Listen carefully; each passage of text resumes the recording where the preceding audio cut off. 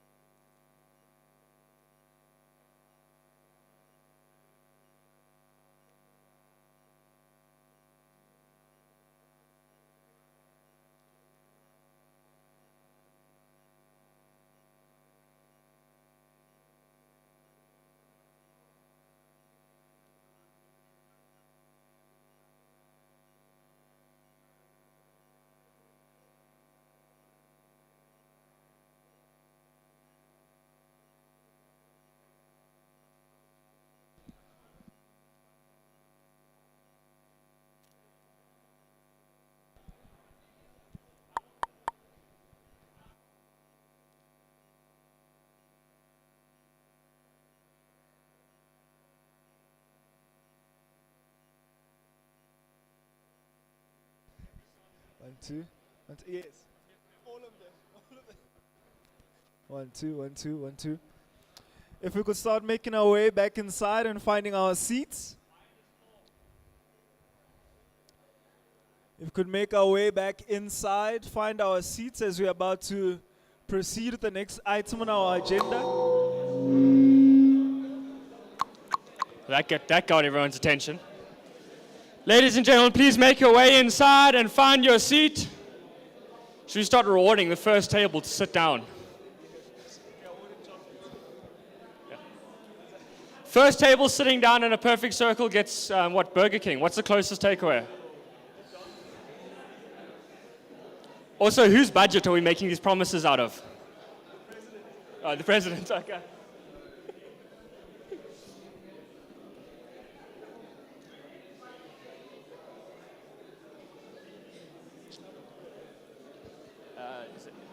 We're just handing over to them. I don't know what. I think it's debate first. I think we pray after the debate to settle everyone down. Can't pray before the debate. Oh, okay, and yes. Pray for the debate. Oh, do you want to do that?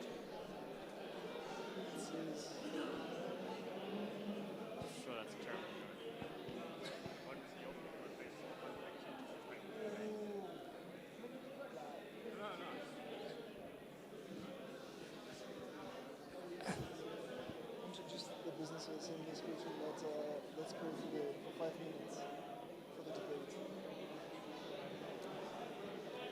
are you starting by praying for the debate, or is that something we must be doing?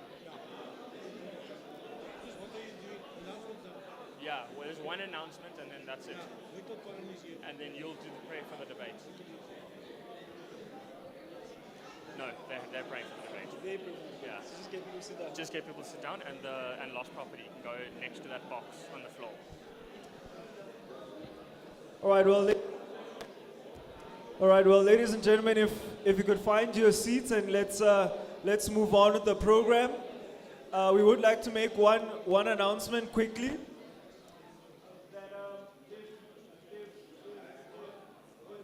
That one announcement is that if you've lost anything, well, let's start with this. If you have found anything that doesn't belong to you, if you can just put that in that corner next to the speaker on the floor. Second follow-up announcement. If you have lost anything and you need to find it, try look in that corner. At the moment, there's nothing there, but a few people have asked us for lost property, so someone's got to have it, or it's got to be somewhere. If we can locate it and put it there, hopefully that works. I think we're now handing over to the next section, so I think it's yourself and Graham.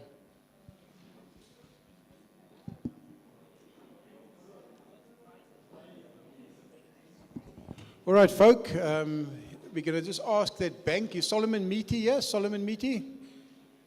There we are, my brother. If you can come forward and present the bank report, please.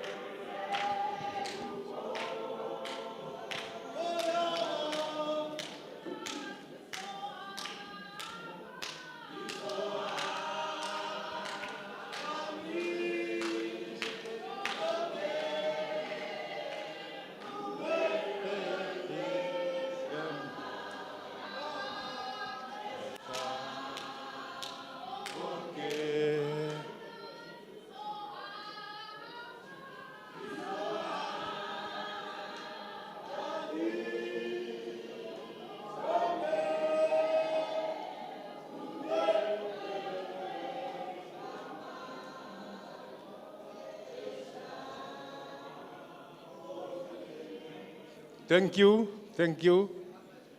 Good afternoon. Molweni. Dumelang. Goeiemiddag. And my name is Solomon. And my name is above all your names. But unfortunately, my name cannot save you. Die Noordkap sê slegs Jesus, die rots van die eeuw. Only Jesus, the rock of ages. Uyesu kuphela, iliwa laphakade. As we look at the bank map region, there we find 3 regions. The first one is Diamond Fields. The second one is the Karoo. And the third one is the Green Kalahari. Those are our 3 regions. Now, the Diamond Field, it's Kimberley, Vryburg, Pampierstad, Maritzane, Hartswater, Buxton, Dryhoek, and Stillwaters. It's 8 towns. And the Karoo, it's it's Colesburg, it's Phillipstown, Petersville, Prieska, Noport, and Bridgetown. It's 7 towns. And the Green Kalahari, it's Uppington, up north there. It's Uppington, it's Postmansburg, it's Griquastad, it's Douglas, Daniel Scale, and Campbell. That's 6 towns. And our vision, please. Next slide. Our vision is to reach the entire Northern Cape and beyond with the good news. And the bank will do what they can, where they are, with what they have, to the glory of God. And as we look at this slide of the map of, again, the map of bank, somewhere there, next to Brandvlei, there we find a small little town. It's called Lourisfontein. It's in the middle of nowhere. And in that town, you will find the Baptist Museum. It's the oldest Baptist museum. Just go there, you'll find it. The place is called Lourisfontein. We as the bank region, we thank the BU support, but much would be achieved with more resources. And bank will always support the youth summer camp in Barkley West, and bank will stay in BU. Don't worry, we won't move away from you. We'll stay in BU, and bank will grow from strength to strength.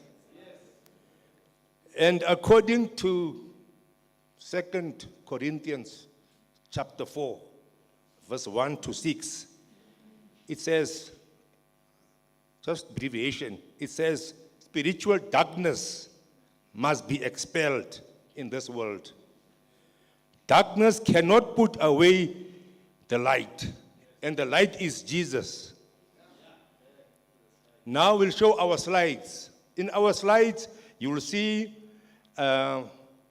Phillipstown, you will see Da'a, you will see Colesburg, you will see training initiatives in Kimberley, you will see Freiburg and Maritzane, you will see youth event pictures, you will see the summer camp in Barkley West, and you will see Sunday school children events. Please.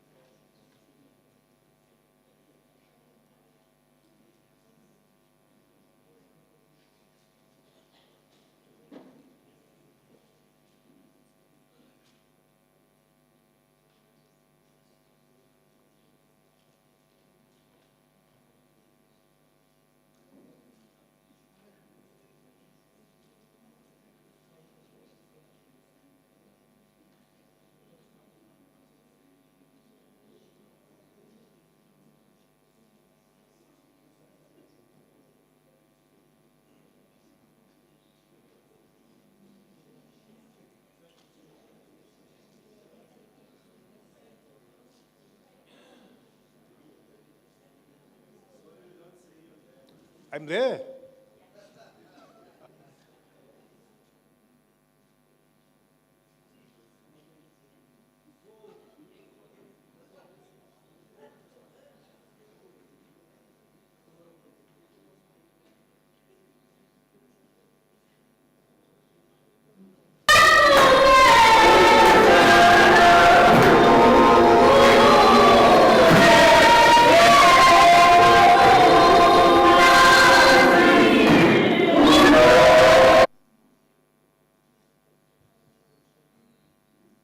Thank you. All these events happened from last year, October, up to this year. So we have done our bit. What more do you want?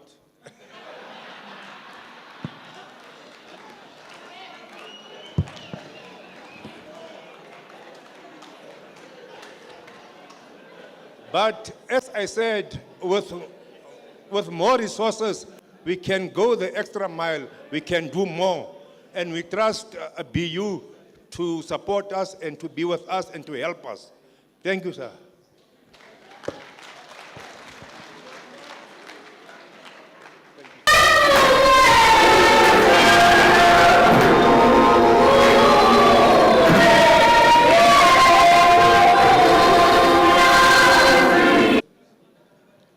Thank you, Pastor Solomon. With the limited resources that you have available, even when there's little in the bank, you are still doing a sterling job for the Lord. But I just see all the models in that churches. So people are proud to belong to a local congregation. And thank God for the work that is being done. Thank you, Solomon. Yes, we come to the floor debates and the emotion. I almost said emotions. I hope it's not going to be that of the motions. And the first one I'm just going to present, and seeing that Colin is directly implicated in the first one, and I'm going to just give you a very brief description of that first motion. The nomination of the Reverend Colin Diesel for a further 3-year term as National Administrator. That is our first motion. So here is a resolution that comes from the National Leadership Council, and we propose the adoption of the resolution that Reverend Colin Diesel be appointed as the BU National Administrator for a second, third-year term. Let me read it again. The National Leadership Council proposes the adoption of the resolution that Reverend Colin Diesel be appointed as the BU National Administrator for the second, third-year term. It is now open for questions.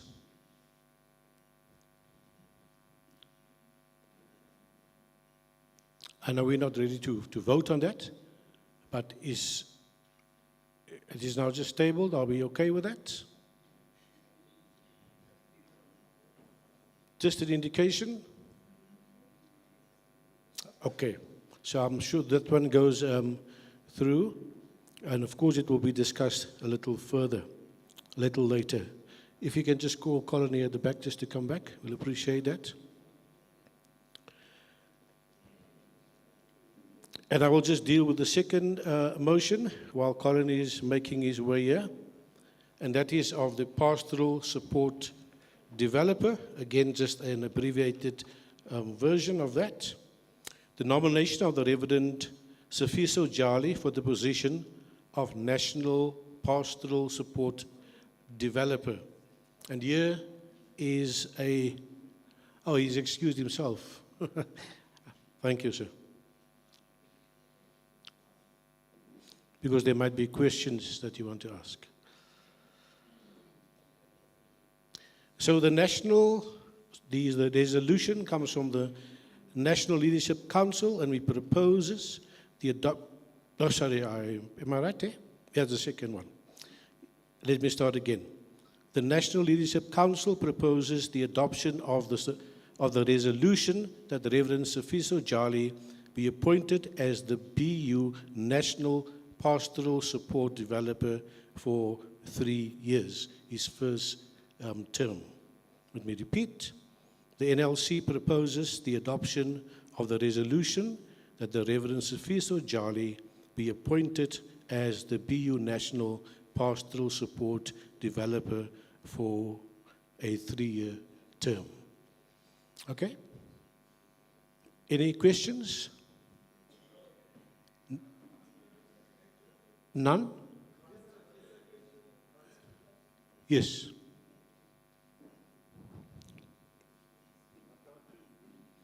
You may.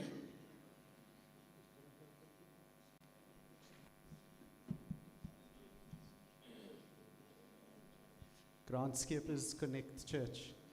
My question is not so much directly related to Pastor Jali, but more, obviously the pastoral fee that we pay goes towards supporting, to paying for the salary of the pastoral support person. And I know that Colin spoke earlier on about the fact that we built up reserves, and reserves run out. So my question is twofold. The one is, have we looked at the sustainability of that, firstly, in terms of beyond those reserves? And I know part of the answer might be that the pastor, those fees, of which I think only a quarter is currently coming in, we'd want more of that to come in. Colin did say earlier on that the decision was taken, and so we need to pay that. But is there any initiative or plan for those pastors who really can't afford to pay the 750 or the 800 as is being proposed? Okay, thank you. Grant, as we have indicated early on, that there are reserves, there are money set aside for at least to cover this position for 3 years. And we are wanting the churches who are voting in favor to support this position financially by paying their pastoral fee so that that person can get around and encourage. So the whole idea is for the pastoral support person, a developer, to go around to churches and individual associations and fraternals to encourage them to be giving, so that that is part of our plan to sustain his income. But there is a guarantee for at least 3 years. The second part of the question, just as far as, and it might not be directly related, so if you tell me that's out of order for this part, I'll understand. But are there any ideas as to what do we do if a pastor genuinely can't afford the 750 rand or 800? I think that question might be answered a little bit later, Grant, when we decide whether that, it's going to become compulsory. Are we going to take pastors off the list because they can't pay that amount? The decision on that is still going to be made.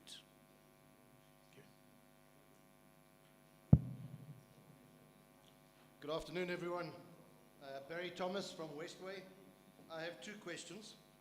I just did a quick calculation sitting at the table.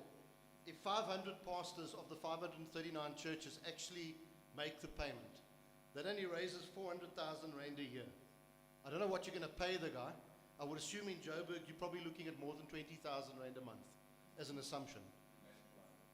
That takes 240,000 rand off the 400, leaving him 160,000 rand to do his job over 12 months, visiting every region. That's not going to work. That's not enough. The second question I have is, if we pay the money, is the money going to be ring-fenced, and is it going to be protected? Because there has been a precedent set in the past where ring-fenced money was used to fund other shortages and create other shortages where it was needed.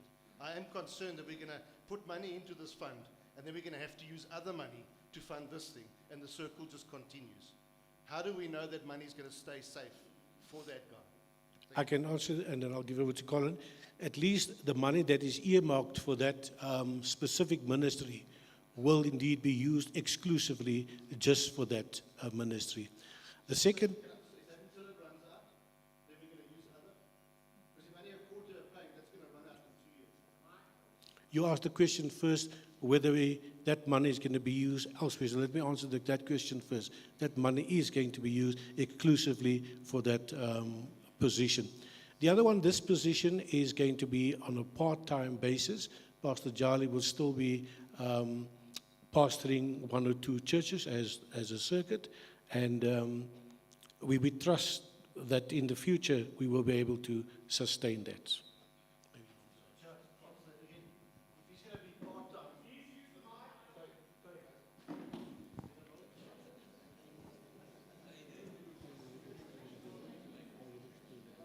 sorry, I am concerned if this is going to be a part-time function, how much time is going to be allocated actually to resourcing pastors and actually looking after his own church? Because we've seen that before. Eventually, his church takes precedence. We pay money to support somebody for no benefit.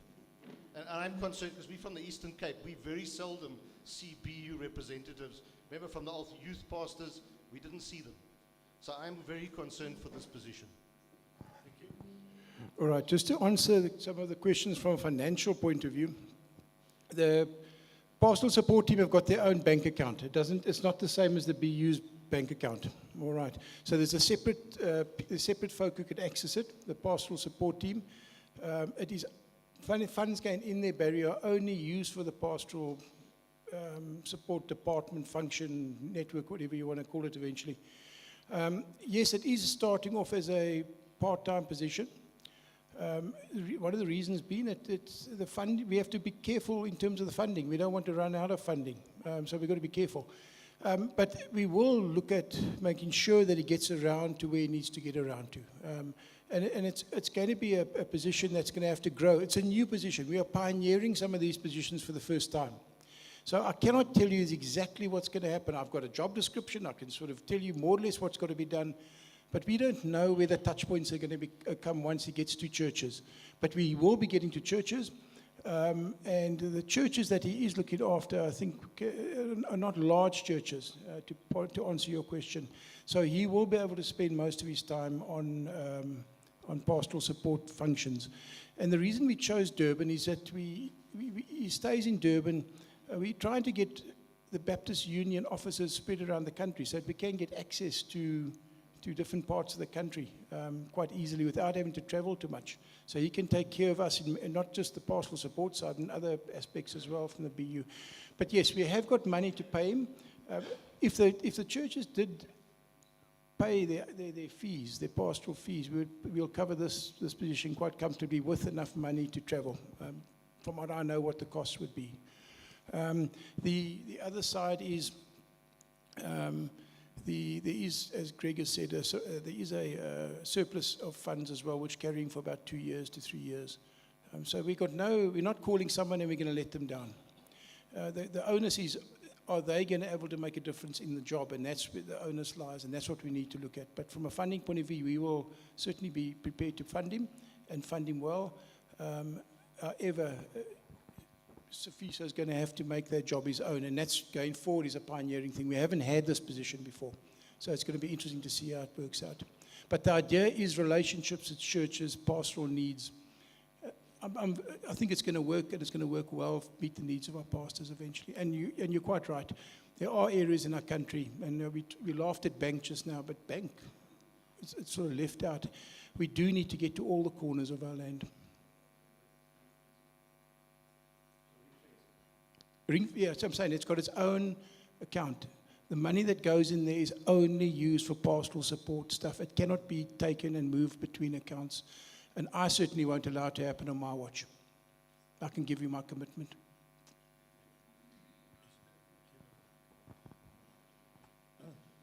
Good afternoon, folk. Andrew Everett from Berea Baptist Church in East London. Mr. Chairman, you've kind of touched on this, but I'm concerned about the answer that you gave.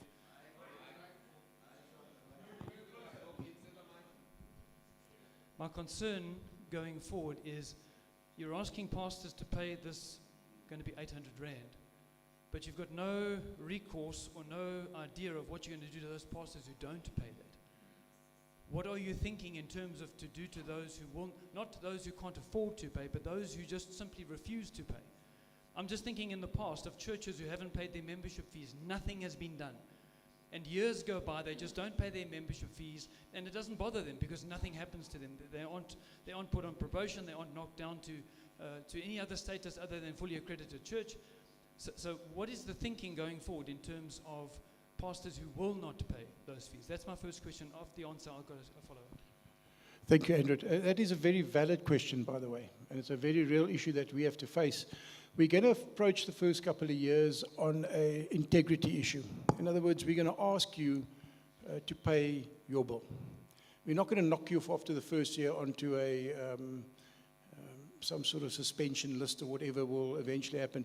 But I do believe that after this position gets into place, when you see the person doing the job and the function beginning to happen, I think there will be an element of, okay, this makes sense.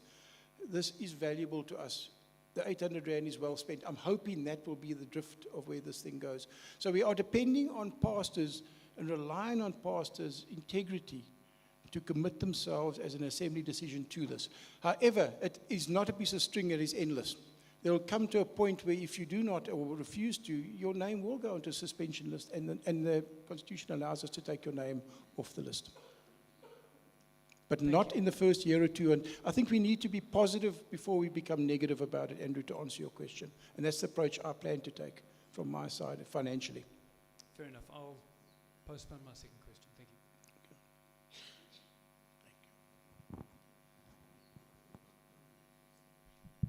Isaac Pinto from Central Baptist.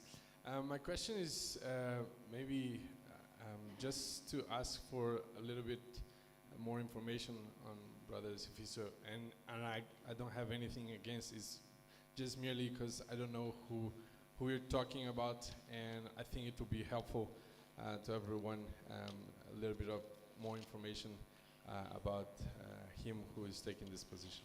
Thank you. I think there's a profile. Just give me the page number there. Page 22, thank you. So if you read that, Mr. Pinto, and you have any other questions later, then you are free to come. But it is there for you. Isaac, it is on page 22. We put it in there on, where's Isaac? I'm talking to the, we did put it into the bulletin, into the handbook. So there is a page on him. But to tell you that Sifiso has come from a business background. He worked in HR for many years in the sugar industry.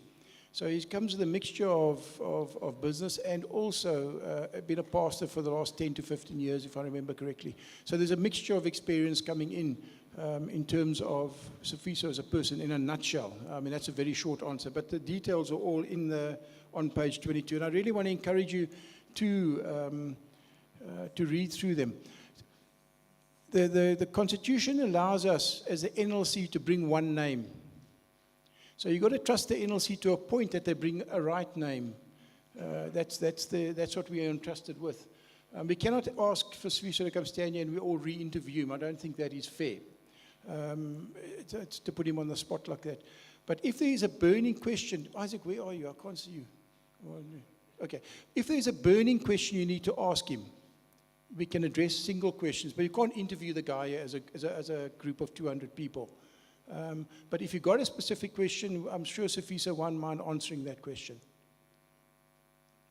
Thank you. Darryl? Thank you, Mr. Chairman. Darryl Peterson again of North Pine Baptist Church. I've read all the details on Sifiso, and I think he comes with a great deal of qualifications. My appeal would be to the NLC and yourselves to be a little bit more transparent when you publish, because sitting there, this is the first time that I understood that this is going to be a part-time position. My understanding in terms of what came at us was that is going to be a full-time appointment supported by funds that you currently have. We weren't sure how long these funds would stretch for before it actually is used up. And then you have to now, as my brother over there said, you now have to dig into what you hope to get from your pastor's annual fees. Failing you not getting that pastor at the annual fees or running short, where is that money come from? My concern is for Sifiso, for that position. That is the first thing. The second thing is, it's not clear to me, do we just leave Sifiso on his own to develop his own little future on his own? Or is there a program that is laid out for how he would conduct his business between the churches that he's pastoring and the Greater Baptist Union, living out of a suitcase, spending more time traveling to places than spending time with pastors? That remains a concern. But first, sir, transparency. Tell us that it's a part-time position, and I was under the impression that it's a full-time thing. Daryl, good question. Thank you, my brother. Yeah, we come back to the thing. This has been discussed at NLC level for at least 2 years. And the NLC reps are meant to go back and talk about these discussions that the NLC had. We're not hiding anything. It gets discussed. There's no hidden agendas on the NLC. If it's one thing that I've pushed for in the last 4 or 5 years, is transparency. And these are things that have been discussed. And so we ask that the NLC reps go back to the regions. And I don't know what to degree they do that. I can't, I'm hearing for the first time that you say you heard it. But the NLC reps are party to these discussions. And it's not discussions that have happened in the last 3 months. These things have happened quite a long time back when those decisions were made to first test it out as a part-time position rather than a full-time position because of the income that at that stage was coming in. So I do appeal. Remember that you can't just rely on the NLC rep to give feedback. You're also allowed to ask from within the regions what's happening at the NLC meetings that you are representing us. The questions come from both sides. And so, this question could have been asked 2 years ago. So just to bear that in mind. So to answer your questions, it hasn't been, it's not a lack of transparency, it's a lack of communication, I think, of the transparency. That's why I said. The other part of your question, brother, what was it? Oh, the training. Yes, we have met with Sofisa already, but now we've got to be very careful. We can't preempt until this board makes a decision. This assembly makes a decision. So we can't discuss in too much detail until you guys vote tomorrow or Thursday, I'm sure, whenever the vote's coming up. Thursday, tomorrow. So that was an awkward one. But the minute the vote goes through, yes, there is a plan in place of how often we're going to meet up here, what type of action we're going to be, how many days, how many hours are going to be spent. It has been discussed to a degree already, but not finalized because we don't know the final outcome yet. But he's going to work very closely to the current pastoral care team. Patricia wanted to say that, so thank you. I read your mind. Thank you.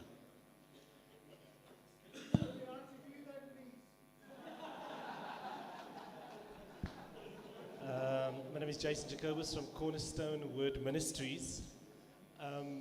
There was a church in our network that was talking about, and this is just an example to a comment that I want to make. There was a question of, okay, we don't have a lot of young people in our church, and so, one of the solutions for that is to hire a youth pastor that can help us grow that ministry. And others have said, well, yes, that's true, but others said no, but the number of young people that we have doesn't warrant the calling of a youth pastor. And I guess the question is, which would come first? And in my view, I think it is important to call a youth pastor because they are in the best position to grow, those ministries. And I think we've also seen this in the EPBN, is that we were fighting with churches to pay the affiliation fees and to do all those things, but we didn't improve our service delivery. And, there wasn't unity in the church. And so often we go, okay, we need the money so that we can see that happening, but I think just even filling this position and seeing an improvement in pastoral care will also move people to go, okay, I see something happening, and so now there is warrant and justification for me to pay. And so I think the two sort of will solve each other, and I also want to encourage us, to also just live by faith and to trust God and also pray and support this so that we can see this work. Thank you. Thank you. Thank you, Jason. Jason's raising a very important question. The structure, and I'm just talking now as discussions at NLC level again, so that you are aware. The question comes up, where do youth fit into the structure? There is no youth position in the structure. And going forward, at some point, I think it's important that we bring younger people onto the NLC and into the structure. So I want you just to have that seed in the back of your head. But we need to do it one step at a time. Folk, you're asking me, I'm an accountant. I work slowly and steadily so that we build things that don't break straight away. And we have built up this NLT team and bringing Safisa on now. When we know we can guarantee certain levels of income and service to churches, once we do that, we take the next step with the network or the NOD or whoever the next guy is that we do it slowly and steadily, because when you build slowly and steadily, like any builder knows, the foundation is better, the walls are better, it doesn't just fall down at the first hurdle. And I think we need to build this thing to last. And so we rather do it steady but slowly and do it properly. Thank you. Any further questions, discussions on that? Thank you, sir.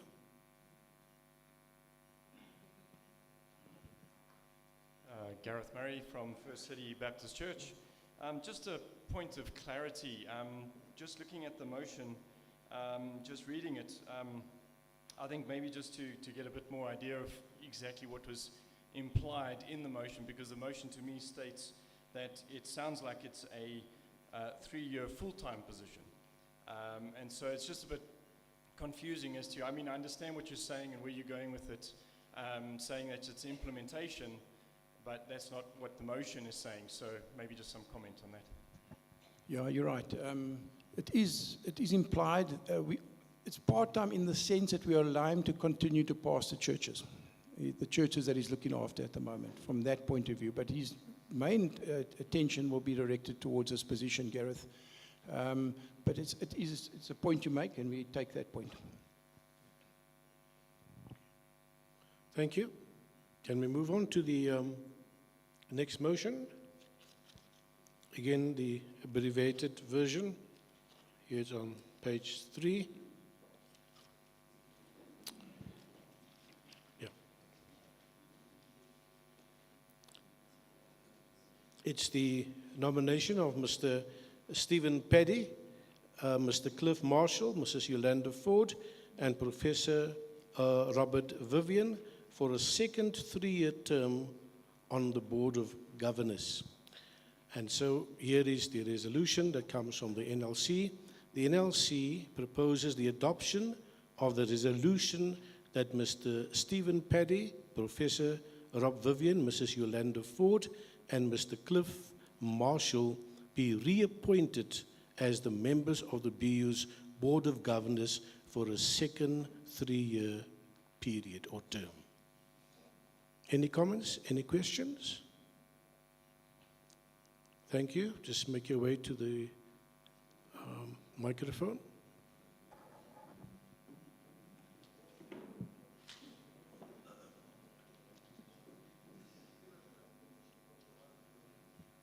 Thank you, sir. Grant Skeepers, Connect Church.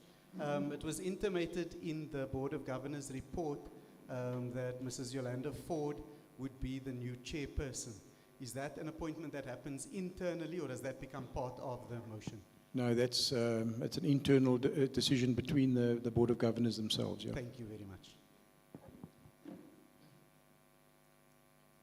Max Kobo, Queenstown, Lungis. I'm a bit lost. I'm left behind. I didn't get the real decision for Mr. Jali. It seems as if we have skipped to this one without finishing that one. Is that the feeling of the floor in general, or are you happy to proceed with the motion? Do you want to take a straw vote on the motion? Is that what I'm understanding? Or are we happy to proceed with the motion as it stands? If there's anybody against how it stands, we can adjust or amend the motion, or we can let it go on as it is. Can I get a comment from the floor on that? Thank you, Mr. Korbo, by the way, Reverend Korbo.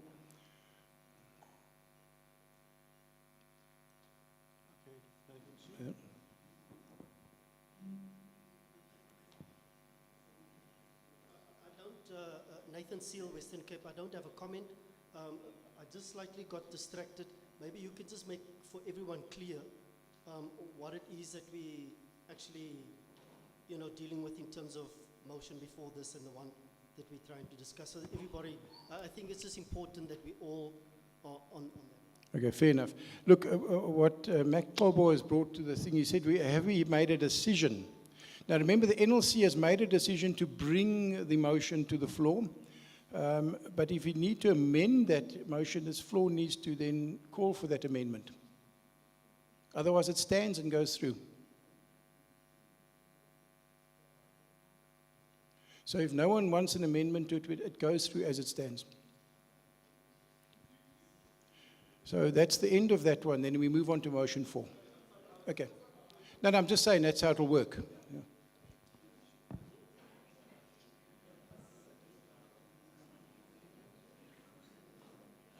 Jason Jacobus, Cornerstone.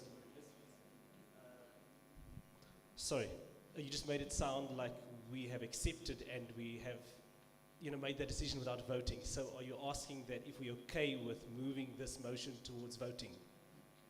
That's what you're asking? Okay. Just on a point of clarity, which may be a point of order, my understanding is that here we are dealing with questions and comments, and the decision is actually going to be taken tomorrow, if I'm correct. Quite right, but the floor is allowed to address concerns if there needs to be an amendment to the way the motion is worded. Okay. Which we have done, yeah. So I'm asking if there's no change to the wording or the makeup of the motion, we can vote on it tomorrow, and that's where the yes or no comes in. Yeah. Thank you for clarifying that.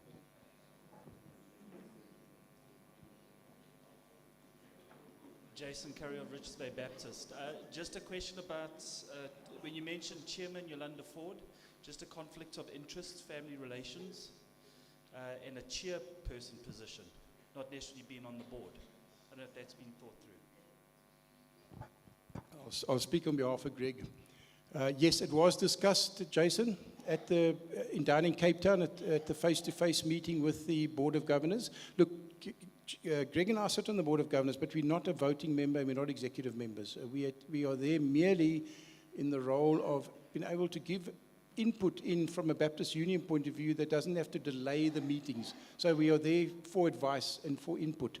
And that was raised, and the Board of Governors did not think it would be a sufficient clash of interests or in terms of that position being given to Mrs. Ford.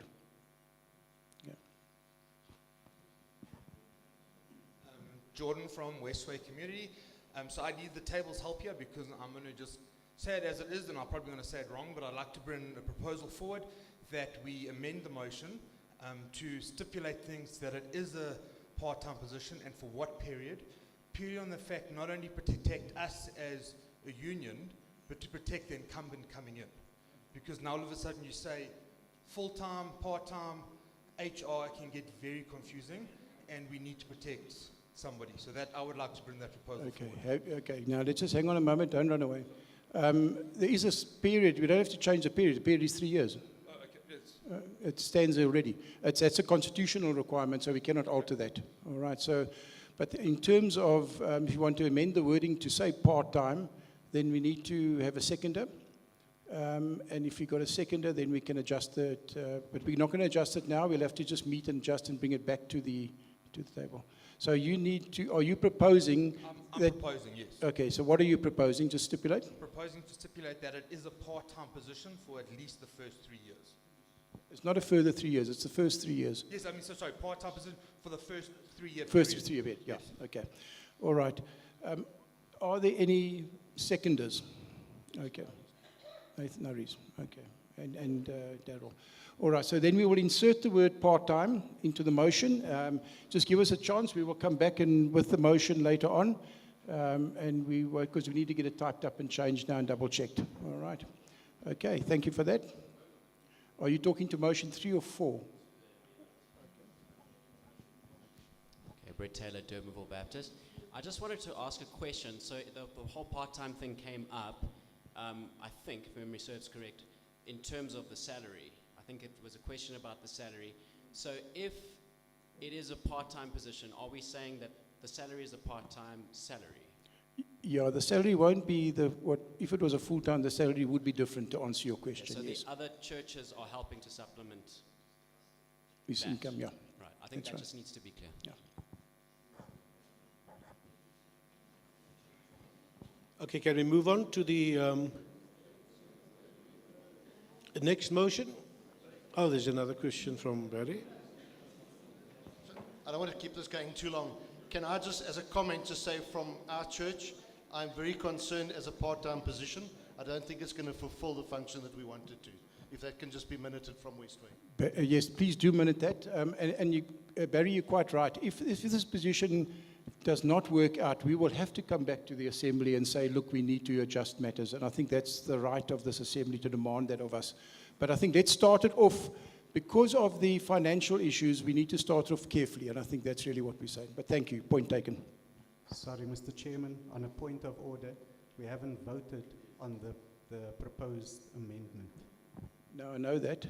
But I've got to draft the amendment first and then put it for a straw vote. Oh, thank you. Excuse So my just, if you ignorance. just give me a moment to do it. Thank you, thank you. Sorry.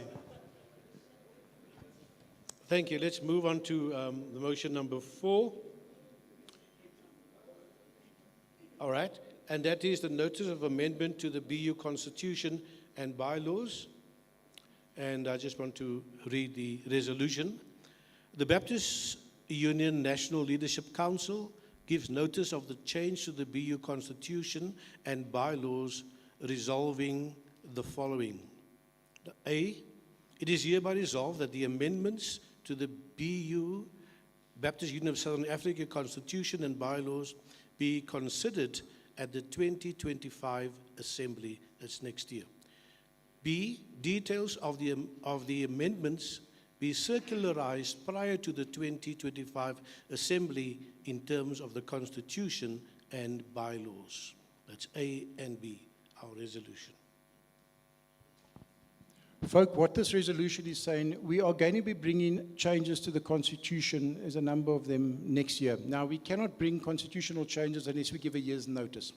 That's what the Constitution, so all we're doing is giving you a year's notice that in the next year we will be sending to the churches what we think are necessary constitutional changes to be voted on at the next assembly. So that's all it is, just notice.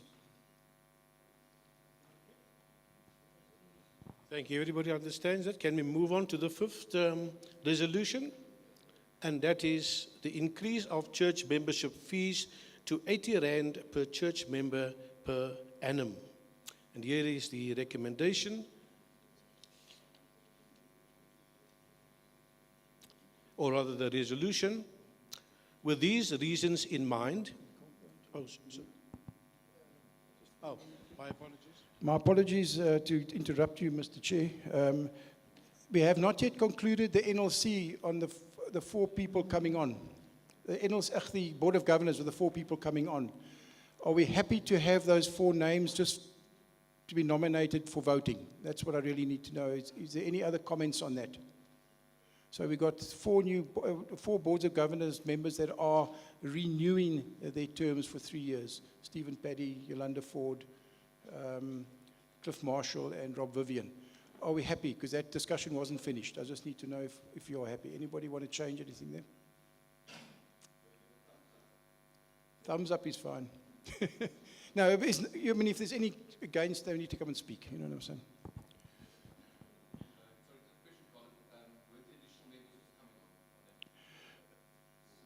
No, there's only 4. Only 4 that are due to come up. The other 2 came on last year already. Okay, can we move on with that motion as it stands then? Okay, all right, sorry, Mr. Chair. Okay. Sorry, my apologies for jumping the gun there, sir.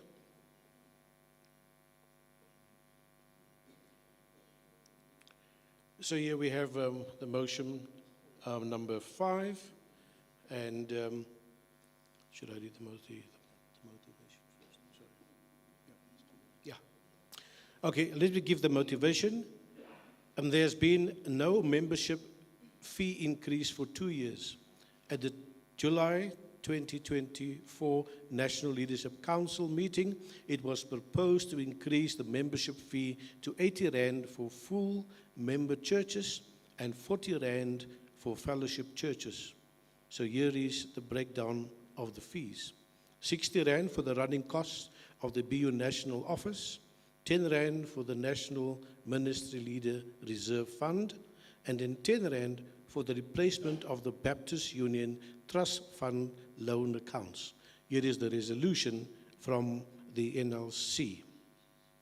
With these reasons in mind, It is proposed by the NLC that the fees due by full member churches and fellowships will be as follows from January 2025. Full BU member churches, the fee will be 80 Rand per person per annum. And the BU fellowship churches, fee for church members will be 40 Rand per annum. Any questions? Any comments? I must just say, I've had a couple of churches approach me the last year and say, can they become fellowships? Because they don't want to pay the full fees. So Baptists become very innovative when they ought to pay money to someone. Jonathan Killian, Grace Baptist Church, Kempton Park. Just a comment and a proposal. It's clear that the Baptist Union needs an injection of funds, and so every organization does a year by, requests yearly an increase, and so the increase of membership fees is a no-brainer. We must do it, but we can't leave the Baptist Union without the needed funds year by year, and for it to have to come as a discussion point every year to increase the fees. So the proposal is this, that we add a percentage increase year by year, just as a medical aid will do, just as any other organization will do. And my suggestion is 10%. Had we done that 2 years ago, by this end of this assembly, we would have already had more than an extra $10. And I think it's really important going forward that we as churches do our best to fund the Baptist Union. So that's the comment and that's the proposal. Are you making that proposal? Yes. All right. Let us allow some discussion on it before we take it to the floor. All right, but just hang on around there. All right. Hi, I'm Michael Lear from Rosettenville Baptist Church. Just a query on this 10 Rand to repay the trust fund loan accounts. The trust funds that were depleted, the reason for their depletion. Is it right that we as the members are now bearing that cost? Yeah. Were those responsible for digging into trust funds held accountable for misadministration? Okay. This was going back to the mid-2000s, when monies were borrowed against the trust funds for operational expenses. And what happened at that stage was, when it came to 2019, you know the background, we got ourselves into a lot of debt to ourselves, to our own trust funds. And so a decision was made in the 2019 Assembly to whatever the portion of the new membership fee would be paid to pay back those funds that were borrowed. That we have done. We've paid back, I think it was just owing to the trust funds by the BU was about 800,000. We are now down to 120. So we are going to pay it off very, very soon. And we haven't changed that 10 Rand because that was voted in by an assembly in 2019. And that hasn't changed. So the only way to change it is to actually unvote it through the assembly to say we no longer need it. But it is in place to pay off that, and that will be paid off in 2025. Maybe just as a question then, as an example to churches who maybe have trust funds and feel the temptation to delve into those trust funds, were those who took the steps to dig into those trust funds without the approval of the Baptist Union held accountable for what they did? No, because that was agreed by the trust funds to bridge those financing matters. Remember, the trust fund money is ours, and some of those trust funds, I suppose you could argue, that are Baptist money. So there was bridging finance. I'm not saying it was right or wrong. I'm not passing judgment on it. It was done. But it wasn't done by one particular person on their own. It cannot happen. There was a decision made to approach the trust funds, and the trust funds agreed to bridge the finance and to pay it back with interest. So, yeah, that's where we were. But this thing has been discussed in 2019 already, Michael, and the decisions were made already in 2019. We can't rehash those now. Okay. I mean, I brought it to my church, and they just query the trust funds. But, I mean, it is a concern just in terms of accountability. Yeah. That designated funds are, as you've said, you know, on your watch, it's not going to happen. Yeah. So, yeah. Yeah, no, quite right. And it's a thing that happened at a time. It was discussed in 2019. The decisions were made by the Assembly then about the 10 Rand to pay back those trust funds. And I've honoured that decision of the Assembly, and I've religiously paid back that money every year. And hopefully this year it'll be cleared and never happen again. Thanks, Colin. All right.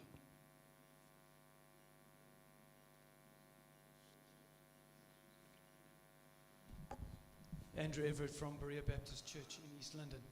Mr. Chairman, just a comment, and my learned colleague behind me who's made that proposal, and for the life of me, unfortunately, I've got a very, very bad memory, but there was an assembly down, and I believe it was Cape Town. We stayed at a sports school. I remember the facilities were quite good. At that assembly, we made, a proposal was made, and we voted that the membership fees would be increased annually by an amount commensurate with inflation. The decision was already taken at that assembly. So the proposal that's coming is something that's already been done, and the fact that we didn't increase last year was in contravention of that decision taken at that assembly. Okay, you need to, thanks, Andrew. You need to allow me to do that. I have no record of that. That question has been raised before, and I found no record of that. I think it might have been discussed, but whether it was actually put down as a proposal, I'm not sure. So allow me to check that. But in the meantime, let's just continue with this proposal. But if there is something I can check, I will check for you now during the break. If there is something that's already in place, and I'm not aware of that being voted in, but if it was, then we don't need the proposal that's coming forward now. But in the meantime, let's just prepare this proposal should we need it. All right. Okay, come again, Jonathan. What do you propose? Do you want me to restate the proposal?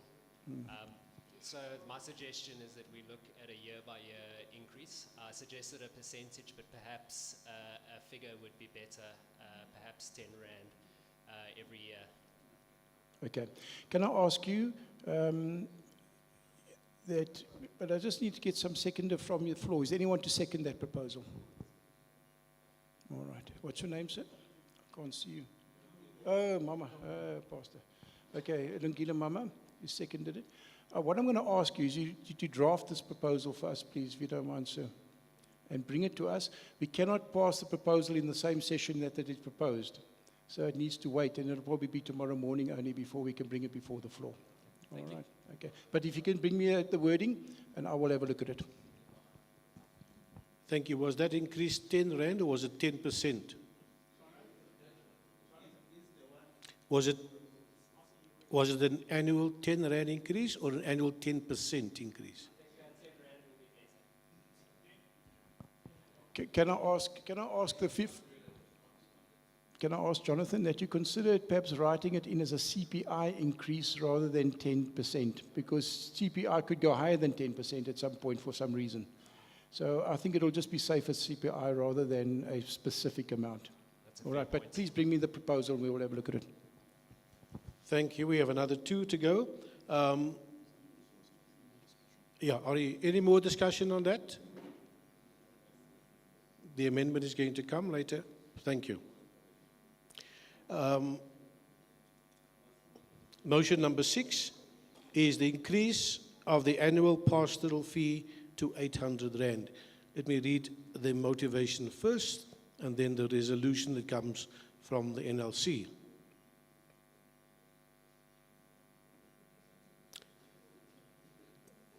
All right, thank you for getting your attention. All right. Since the acceptance by the Baptist Union Churches for this annual fee at the 2019 Assembly, there has been no increase in the annual pastoral fee. At the July 2024 National Leadership Council, it was proposed to increase the annual pastoral fee to 800 Rand. Here is the proposal again, or the resolution. With this in mind, it is proposed by the NLC that the annual BU pastoral fee be adjusted to 800 Rand per annum as from January 2025. Any comments? Any questions? Please make your way to the microphone.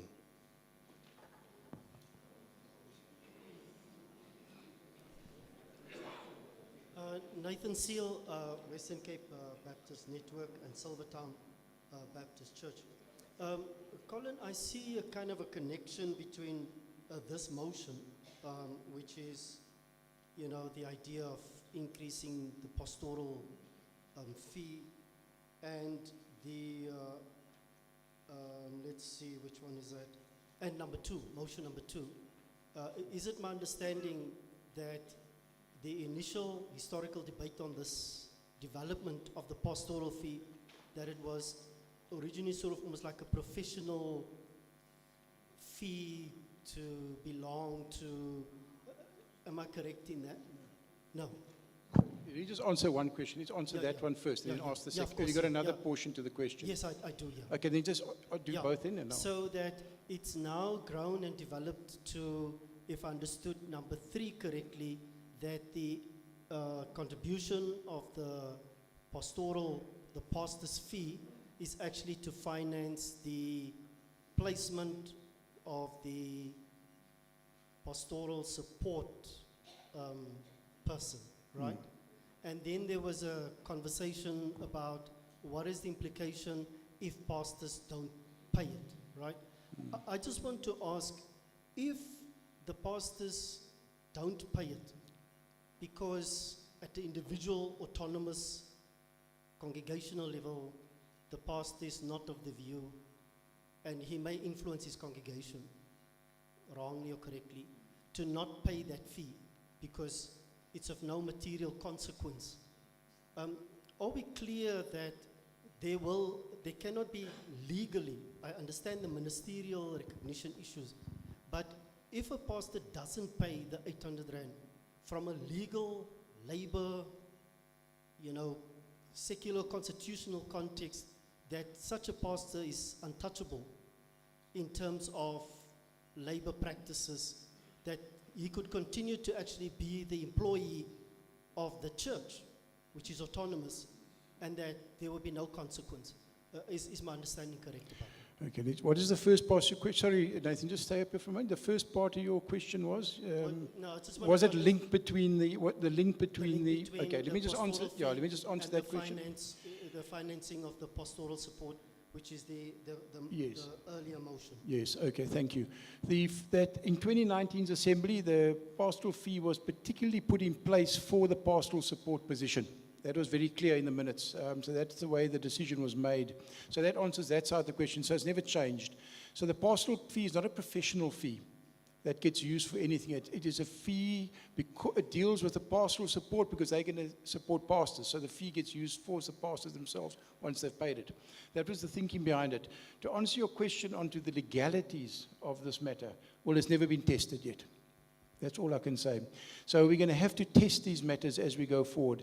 I'm hoping to take it on a positive route first, and I really do hope that they will, and encourage the pastors sitting here, and as you go back, that we take a positive approach to this and that we see the benefits of the pastoral support function to the pastors. However, the Constitution of the Baptist Union does allow us to suspend off the ministry lists, and there is dire consequences for a pastor if they are meant to, if a pastor's church's constitution says they must be on the ministry list, there will be consequences for that church unless they change their constitution. So I just need to bear in mind some of those things. But yeah, it hasn't been tested yet, Nathan, to answer your question. May I be allowed just to respond, because I've kind of lost my turn on that. I think it's then necessary that we have an intentionality to not link implications for pastors, but to keep the message positive. Well, that's exactly what I'm saying, yeah. Then to encourage all of us, including those that are not here, as to why this matters at a ministerial support level rather than potential implications around your career and your accreditation. That's right, yeah. Look, the Baptist Union is not going to become a blunt instrument to answer your question. We're not going to thump pastors because they don't pay their fees. I think there will be discussions, there will be relationships before that, and we have no intention of just taking people off and on the list. That's not the role of the NLC or the national leadership team. However, should a person, for some odd reason, vocally and ardently speak out against it, we need to deal with it here on this floor. because this is the decision was made here. If it needs to be changed or anything has to be altered. But as it stands now, we can take action, but we're not going to for the next year or two. We're going to approach this thing positively. All right. Thank you, Mr. Chairman. Just a comment, and I'd like to put this to the Pastoral Support Committee. My name is Grant Skeppers. I'm from Connect Church. Don't you guys know him yet? Earlier on, I asked, and I did suggest that my comment may have been in the wrong place, and I think it was because I think it fits here. I've been in the situation where, as a pastor, I'm not able to pay that fee. And I probably should have contacted the Baptist Union to say, I'm not able to pay this. I would like the responsibility still to be with the pastor. But and that's why I'm just putting the suggestion to the pastoral support team to find a way of giving pastors the opportunity to say, I'm not able, but then maybe even coming up with initiatives of offering churches maybe that are in the position to adopt a pastor, to say, we've got 50 pastors that are not able to, but they've indicated they've been responsible, they've indicated they're not able to. Are you able to support a pastor? And I'm just giving it as a suggestion to the pastoral support team to maybe come up with an initiative to make sure that pastors do take ownership, whether they can or whether they can't. Good point made. Have you minuted that, sir? I haven't written it down. Just have that a minute. By the way, it's a good point being raised there. There are some of our pastors that are paying it off monthly, which makes it a little bit easier, just at interest sake. Keaton Goliath, Eastern Province Baptist Network, and I fellowship by UBC, Unique Baptist Church. I just have one question. How does this motion apply to the pastor who is not in a called position? And then I have a comment also that I would like to make.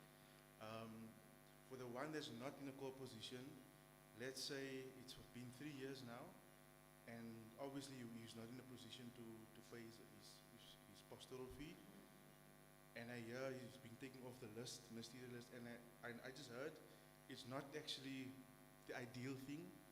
So how does that now impact the one that's without a call? Okay.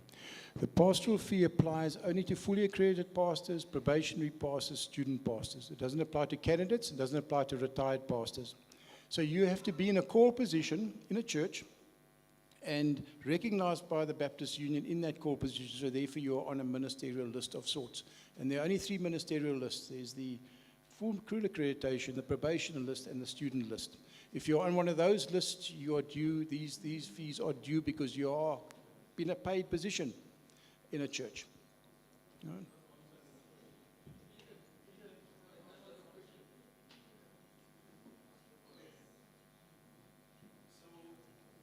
So I'm still needing clarity on the one who's not in a pole position. It doesn't apply to candidates.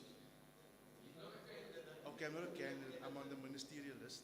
Okay. So my name appears on the list, but I can't pay my pastoral fee. So will my name be taken off? And if a church is looking to call somebody and the Constitution says they must be on the ministerial list. But now because you couldn't pay, now it's taken off. But now you also can't be called. Okay. If you are in a situation where your church, you have been called to a position, your church can't pay you, am I understanding that correctly now? So you're in a call, what is your position? Are you on a fully accredited, am I understanding it right? Fully accredited. Fully accredited, but you're not in a call position. I'm not in a call position. So how did you become a fully accredited then? All right. You can't interview me in front of 200 people.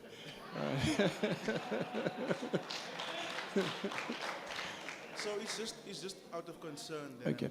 Now, look, those type of, it's not an ongoing problem. That will be unique to yourself and unique to the pastors in that.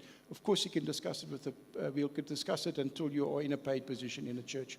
We can waiver those things. I'm sure we can do that. And I talk from the table. I don't talk, and I talk in my own capacity, but we can discuss that with you without any prejudice against you if you're not being paid.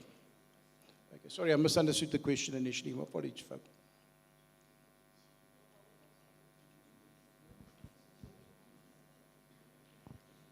Anselmo Blanco at Cape Town Baptist Seminary. Just a very brief comment that we are actually linking to very separate issues here.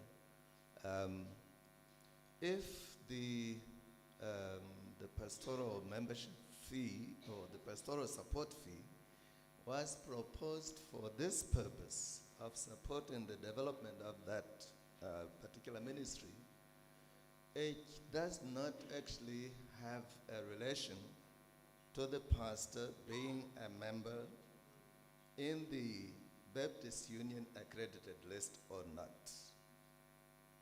Those are two issues, two separate issues. One is the position of a developer. The other one is the position of the pastor being fully accredited. And if the failure to pay this particular 800 happens, it cannot and should not, and possibly if it's challenged, it won't affect the standing of the pastor as a fully accredited minister, because those are two issues. It's just my comment. And Selma, you're quite right, and that's what my answer was earlier. It hasn't been tested yet. So when we come across those cases in any constitution, it has to be tested before we can see what we can do in those matters.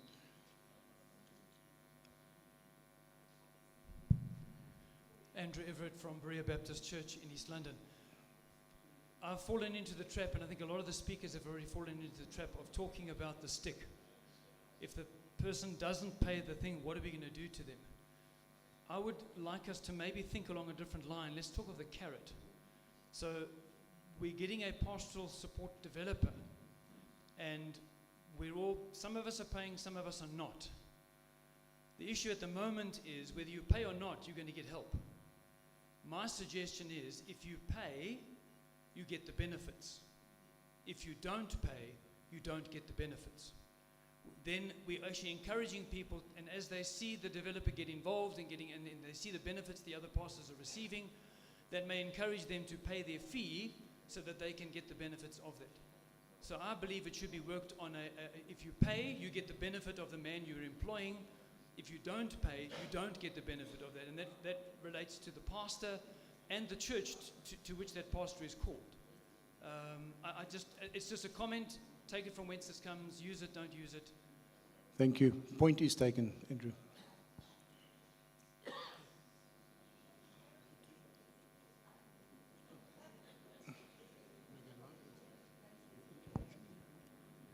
So I was just trying to help you out with the fee and the ministerial recognition.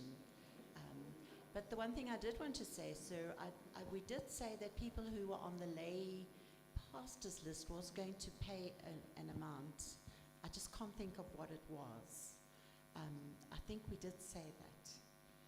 I don't think it's been passed through any assembly yet, though. No, I don't think it's been, as far as I can recall. Okay.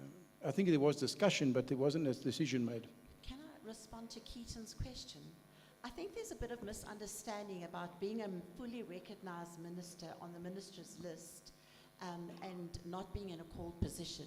People think that when you leave college and you apply for ministerial recognition, you do it once and you have it forever. The ministerial regulation clearly states you have to be in a recognized called position. After 3 years, if you have not been in a called position, your name would then be taken off and then possibly put on the candidates list if you are open for a call. And so, you don't get recognized for life. The recognition is subject to being in a called position. Thank you for that. That is quite right. Can we move that that motion unless there's anything else? All right. Thank you.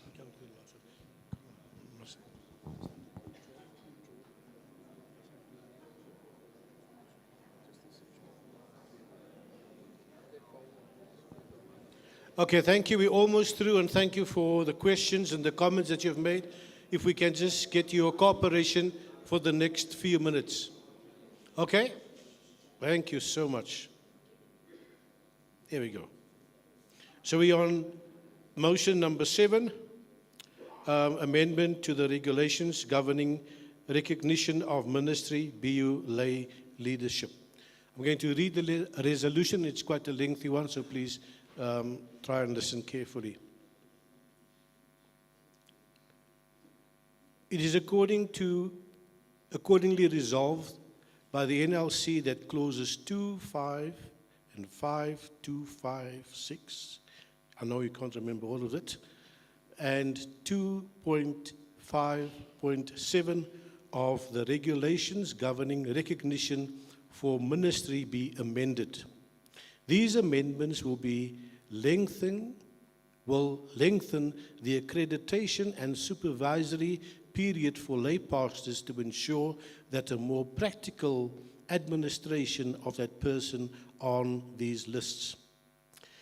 Lay ministry leaders wishing to be placed on the Baptist Union's lay leaders accreditation list must be interviewed by a subcommittee of the ministry board for their regional network. A written report of approval must be submitted to the Baptist Union's ministry board. All lay ministers, leaders must complete a 2-year probationary period. Upon the satisfactory conclusion of the probationary period, the lay leader will receive accreditation for a 5-year period, which can be renewed for another 5-year period. The candidate must continue with further theological education to comply with basic ministry regulations. A supervisory report from the regional network must be submitted every 5 years.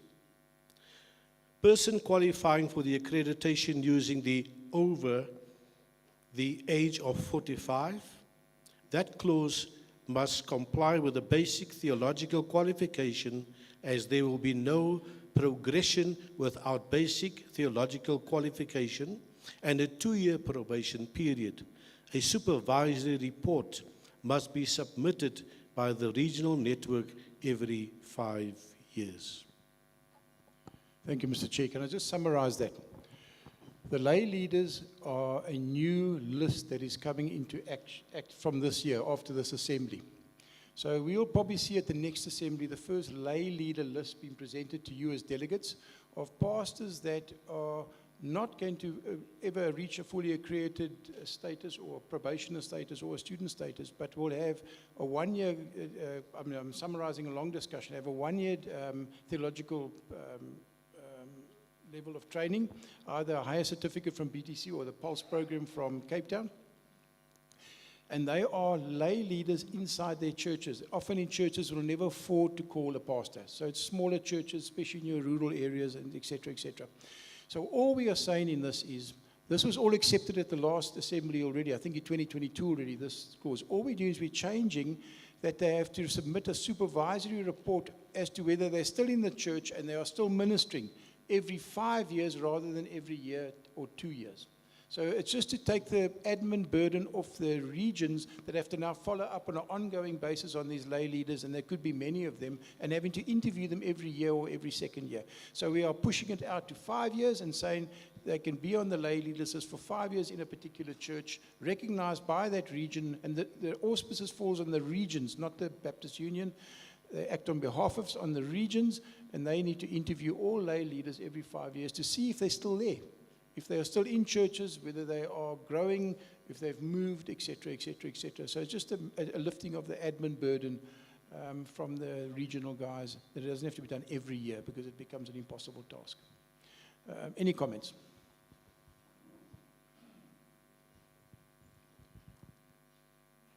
All right. Is there one? Any comments?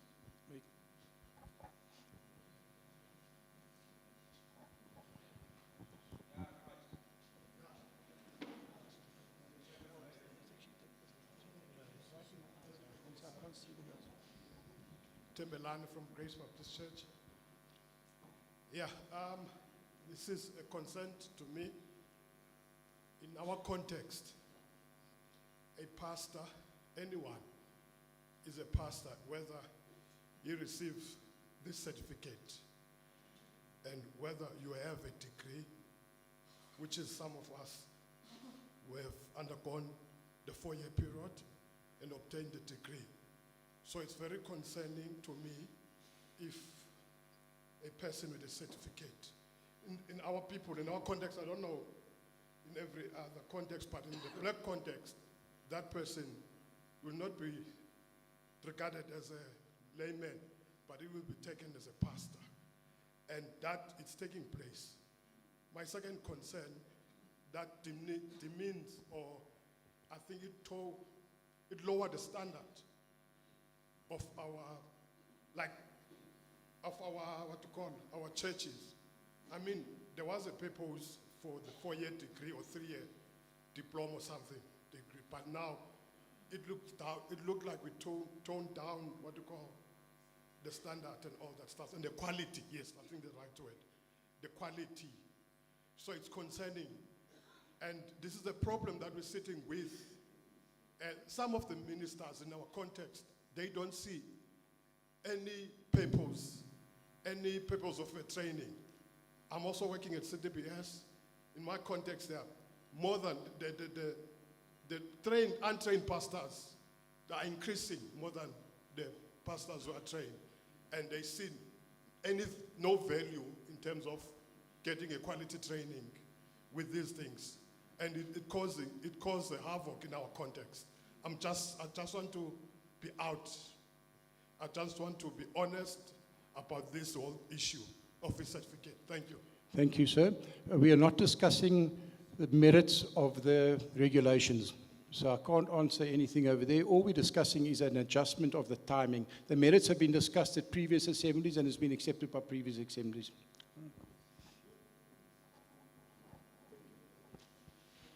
Thank you. Are there any other comments, any other questions before we bring this session to conclusion and go for supper and come back this evening at around 7 o'clock?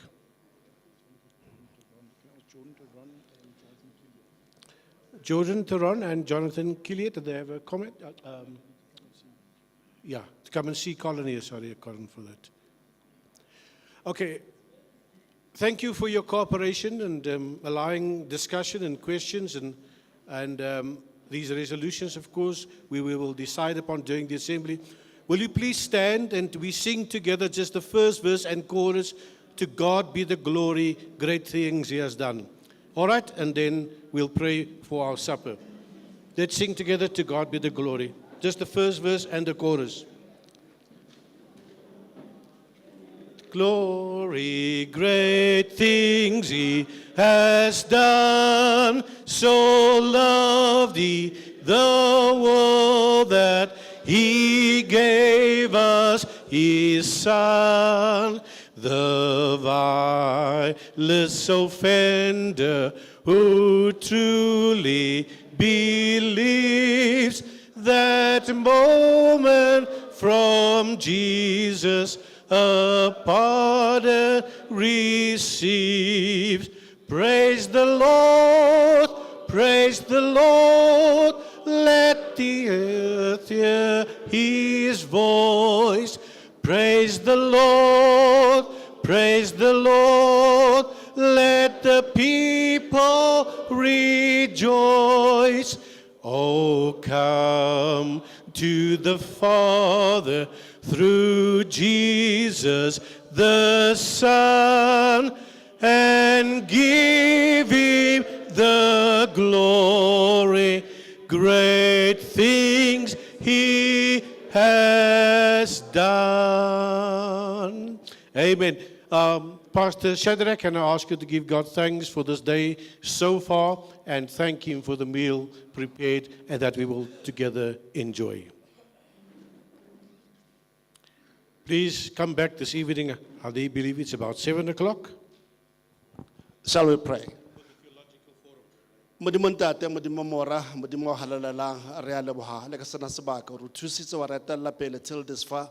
We are so grateful. Continue to lead and to guide us until that day when you come and we meet you. In Jesus' name I pray. Amen. Amen. Thank you. Enjoy your supper. Thank you. Thank you, Colin.